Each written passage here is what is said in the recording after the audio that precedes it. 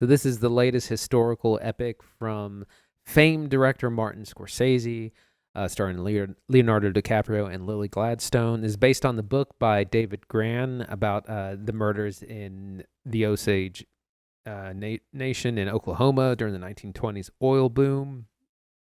We meet at the beginning of the film. We meet Ernest Burkhart, played by Leonardo DiCaprio. He has recently returned from World War One. Is kind of aimless, not really a hero. He was a cook in the army and has some issues where he can't really do hard labor. But he's good friends with William King Hale, played by Robert De Niro, who's kind of this patriarch of the area. He's like a well-respected man in the community. And he brings Ernest aside, and he was like, you're it's time to settle down, get a family. And what a lot of people are doing is, marrying these Osage women, marrying into their oil money. And, that money that we've seen in all the trailers, that money should come to us. And eventually a scheme is deployed involving Hale and a lot of other people to marry into this tribal wealth and do away with the people that own it, so that wealth can be transferred over. So it's about the development of these relationships, the multiple murders that came off the lack of investigation, and the eventual kind of creation of the FBI. I think the book is really about the kind of creation of the FBI by J. Edgar Hoover at the time. That's our big setup. There's a ton going on in this movie. A lot of characters, lots to talk about. Zach, that's our setup. What did you think? So Killers of the Flower Moon is an intimidating watch, I think, because one, it's long. Two, it's kind of sensitive subject matter, which I'm excited to talk about.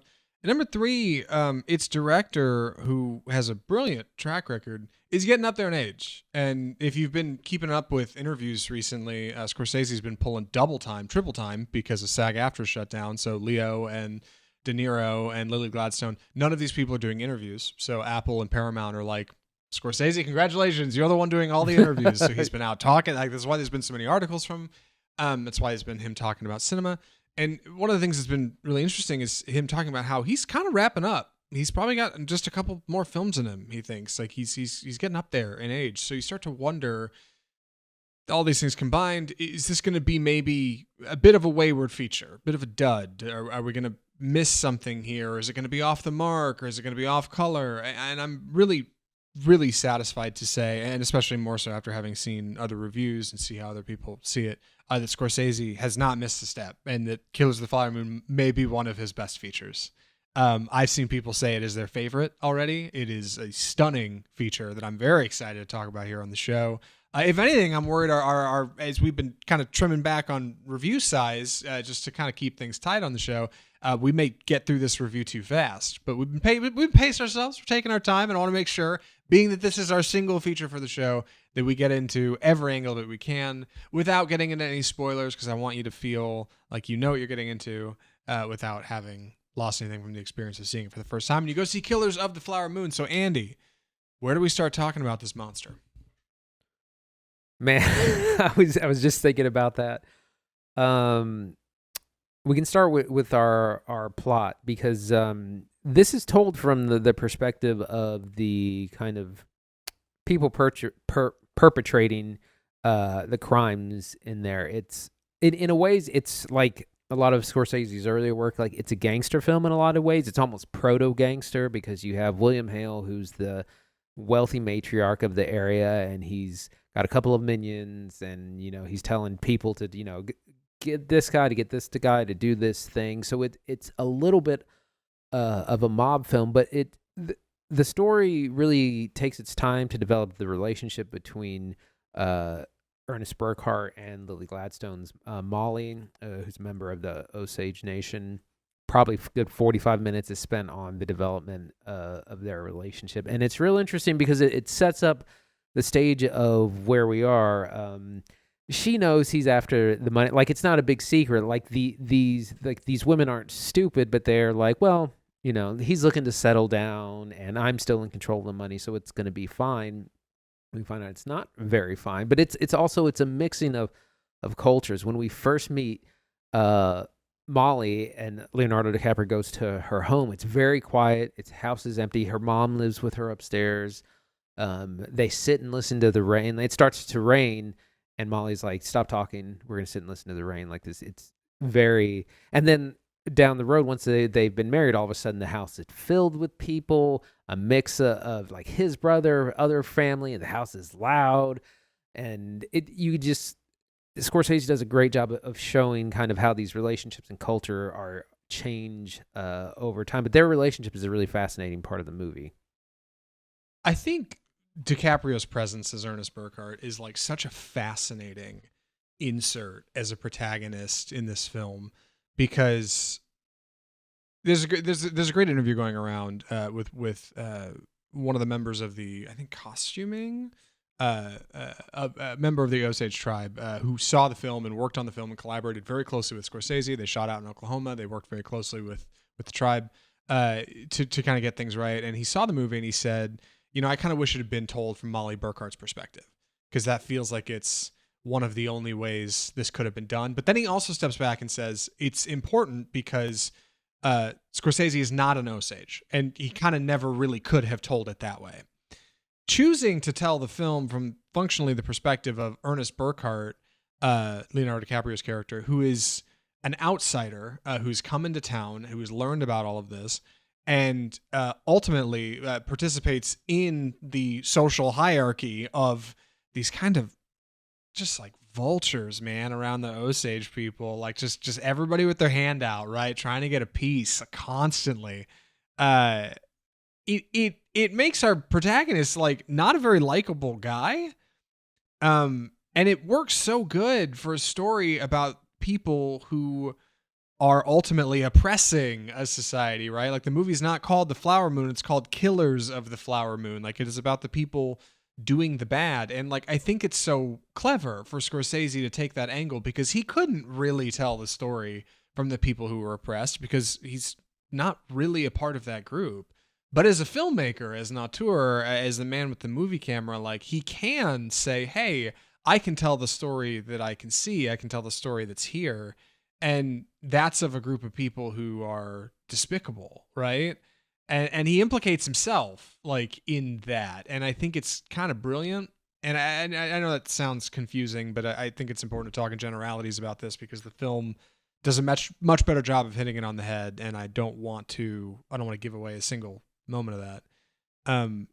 DiCaprio's character is like so sniveling and cowardly in scenes, and I did not particularly fancy him. It's a testament to how great he is as an actor. He's tremendous in this film. People have said it's his best, and he's got this horrible like grimace he does, this underbite. It's really funny.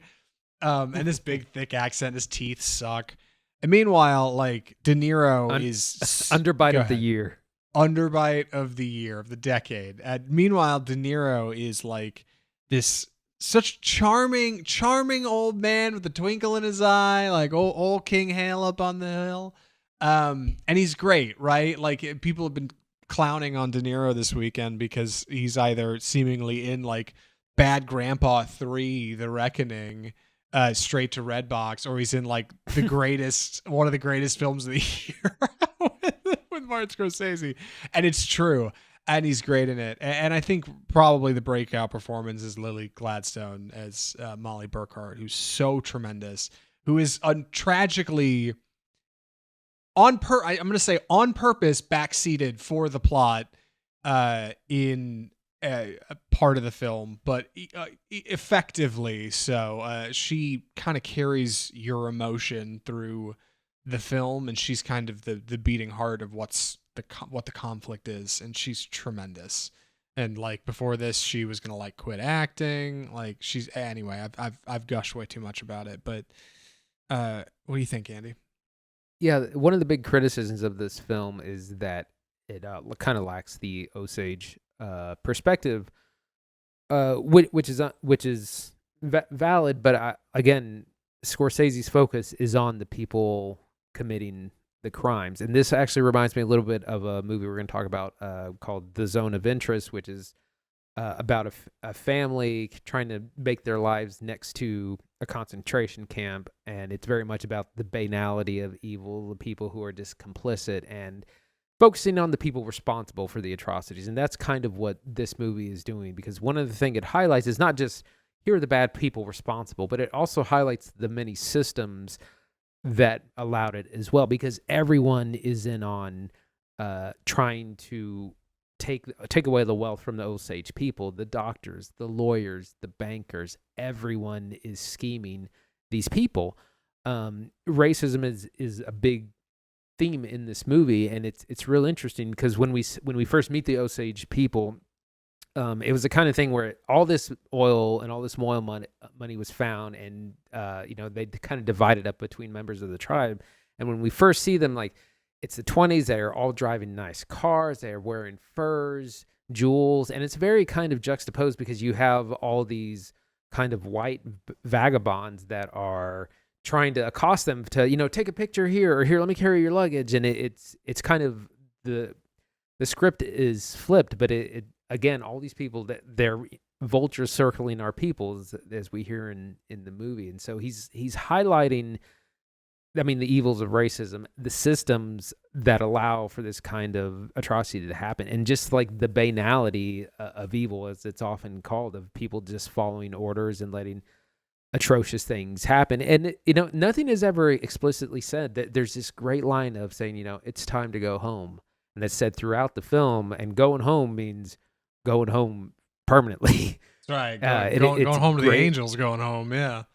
Yeah, and so the film, it does that mob thing where it's like you're never speaking explicitly. It's always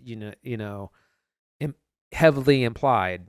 I need you to kill this person, without coming out and saying it. So that's his focus, is to focus on the evil of these people and how they were able to do what they did. Yeah, the mafia kind of lean is particularly impressive for Scorsese, partly because of its unique setting, right? Like I said, the film was shot in Oklahoma. Big lenses, lots of outdoor scenes, right? Like tons of extras running around this town, like tons of minor characters who aren't even that important, but it'll have a scene or two here or there, right? A local doctor or a train conductor, right? A nanny in a house will pop in somewhere in the film and then show up again later, like juggling a very large cast, very large setting.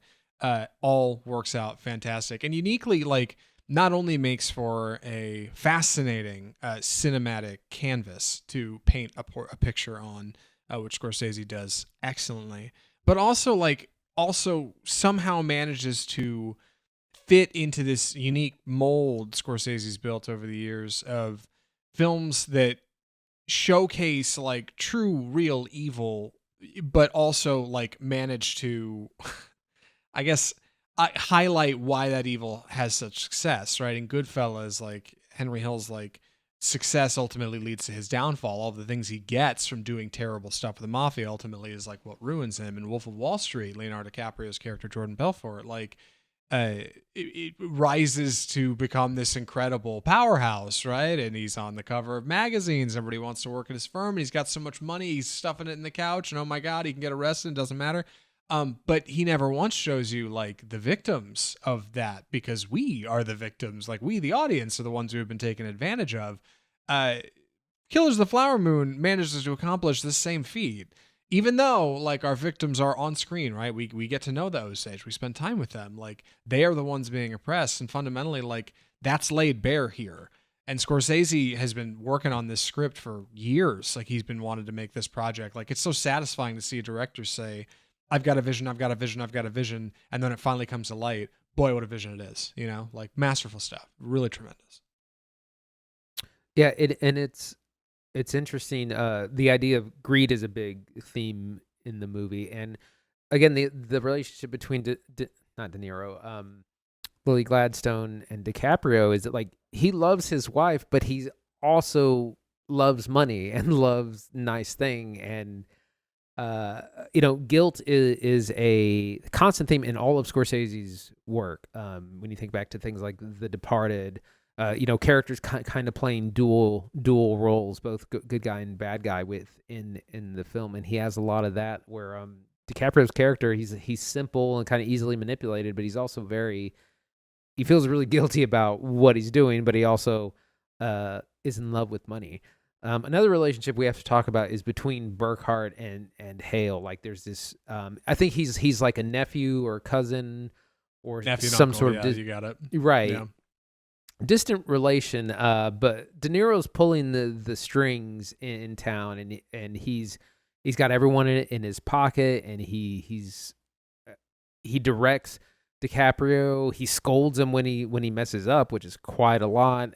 He constantly, he's slimy, he's slippery, he's kind of elusive, and he's again a respected member of the community. Like he donates, like he builds a dance studio for the ballerina studio. He puts up an extra $5,000 for a reward for whoever finds this killer, which he's very very much like instructing to happen. So it's again it's Scorsese highlighting these, as it says in the movie, like, can you spot the wolves in this picture? Yeah, I think Flower Moon. I don't know if it's his best. I think it's probably top 5 for me. Like I don't know where exactly it lands for you. But before we get to recommendations, I do want to just mention, because I feel like I'm running out of really there's not, we can't points. Get too much into it I know. without starting to ruin stuff. And I guess that's a good segue into like saying, well, how could we not get into more? There's 3.5 hours of it, and that's the perfect time to say, let's talk about the runtime. I think one of the largest criticisms of this movie, which is a minor criticism, is that it's too long, and unfortunately I think I agree. I love what's here, and it's paced really well. Let me be clear. Scorsese's editor, what's her name? Teresa Schoonmaker? Schumacher?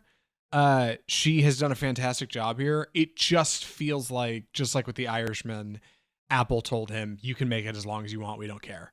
And then somewhere along the way, they were like, actually, we're going to make it theatrical. And it's like, okay, here we are. And that's fine, because I think it plays great on the big screen. I really do. It's very cinematic. But boy, like they definitely could have shook, 45 minutes somewhere in here, right? They could. I mean, that's a big criticism, that maybe this could have been a series, but it is so cinematic. Like it just, you're not going to get the same impact if you watch it at home on your TV, no matter how good your setup is, compared to seeing it in a theater. It's made for the theater. It's grueling, and I was definitely like, my butt hurt from sitting so long. I drank a 50-ounce Diet Coke. I couldn't sleep the rest of the night. Right. Yeah. But I was never bored. I only checked the time twice, just out of curiosity, not out of boredom. But like the first time I looked at it, about 90 minutes had gone by, and then the next time about 2.5 hours and I was like, oh, only an hour left. So it definitely works. You can always trim things, but I would have a hard time knowing where to do that, because every scene feels so important and so needed to the story. Yeah, and ultimately, like, I think that's what works so well about it. It feels so big, and it feels so grand, and it feels so important, and it makes the ending like all that much more solid, because ultimately it's a true story. It's at least very much based on one. And like any true story you watch in the theater, you get to the end and it's like, well, how did it turn out? Right? Like, what happened in history then? And I think Scorsese has a really, really fantastic response to that prompt. Like I said, I don't want to say much more about it other than to get into recommendations. And Andy's right. I think it's very cinematic. I think it's totally worth seeing in the theater if you have the ability. Andy, any other thoughts for recommendations? Wanted to talk about, just real quickly, a little bit more about the cast. We have a huge cast. We have our main 3 actors, but we have a huge cast of cameos, and I won't spoil anyone that we haven't seen in the trailer, but we know Jesse Plemons is in this. There's a number of musicians that show up as characters, or lots of character actors that you're like, hey, I've seen them in other stuff. Lots of really great roles. It's almost a bit like Oppenheimer, where it seemed like everyone and their mother was in that movie. You get a little bit of that in this as well. So some really interesting surprises that you might know of, and some you might not. And that's a really interesting decision. I think it works really well. It's true. Brendan Fraser is in the film for sure. I know he's briefly in the trailer, and he was a surprise. And additionally, Jesse Plemons is a delight. That dude, Jesse Plemons is great. Just, I saw people seriously on Twitter after this weekend that they were like, "We need to talk about why Jesse Plemons might be like one of the greatest character actors ever. He's so great. Everything that kid shows up in." Anyway, Andy, would you recommend Killers of the Flower Moon? Yeah, absolutely would. I think it's a very important film to see, to learn about this terrible thing that happened to the Osage Nation, and how a lot of the things that happened back then are things that continued to happen and still happen today, because a lot of it is about the systems in place to take things from people. I was listening to an NPR story about this black family that's losing their land because even though their grandfather owned it, there's like lost paperwork and things. And so it's still very relevant today. Definitely one of Scorsese's best. It's a massive epic. It reminded me a lot of something like The Godfather. You spend lots of time with different sections of the story and characters. Highly recommend. Yeah, I'm in the same boat. Killers of the Flower Moon, stellar. You should absolutely go see it. I think Andy's right. It might be a Criterion entry later next year. This movie's super cool. It's really great. Some career bests. I can't believe Scorsese hasn't lost a step. I can't wait to see what he does next. Rock solid feature. Boy, keep an eye out for it on the top 10 list, gang. Like, it's coming back around. I think Kills of the Flower Moon is really good stuff. With that, normally we'd be jumping into the Death of Cinema or our second feature, but because Killers was such a big deal, we decided to just kind of cap it at the one this week. We do have some trailers to talk about, though. Andy, what do we call this segment? It's time for the trailer park.